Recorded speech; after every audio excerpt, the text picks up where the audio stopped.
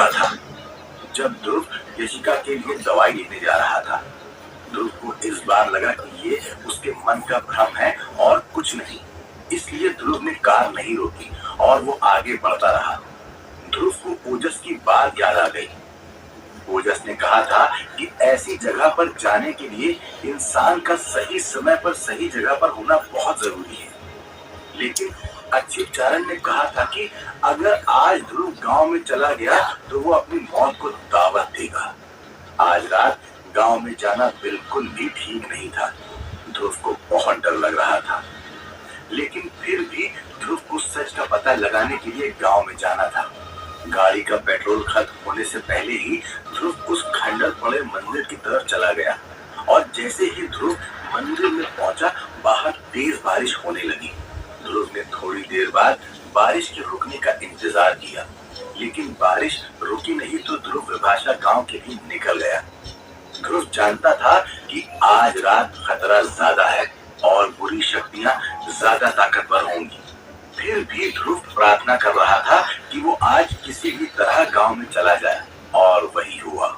जब ध्रुव गांव के एंट्रेंस पर पहुंचा तो ध्रुव को खंडर पड़े विभाषा गांव की जगह ठीक वैसे नजर आई जैसा पहली बार ध्रुव ने देखा था।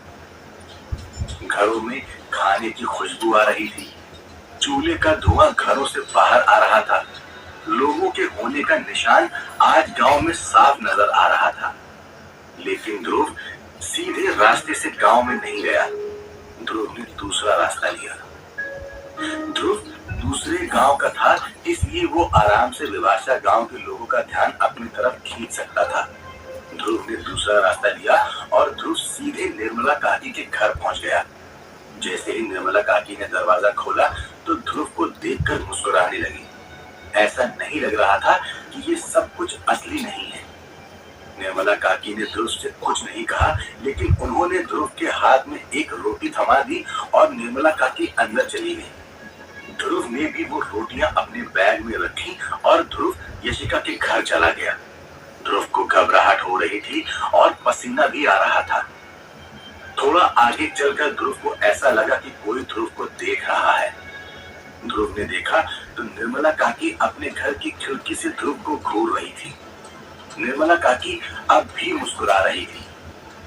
निर्मला काकी इतनी भयानक लग रही थी कि ध्रुव का दिल सहम गया और ध्रुव की घबराहट बढ़ गई। ध्रुव की धड़कनें तेज हो चुकी थी। क्या ध्रुव यशिका के घर सही सलामत पहुंच पाएगा या फिर कोई और मुसीबत ध्रुव का रास्ता रोक लेगी? जानने के लिए सुनते रहिए ऐ स्त्री तू कल आना।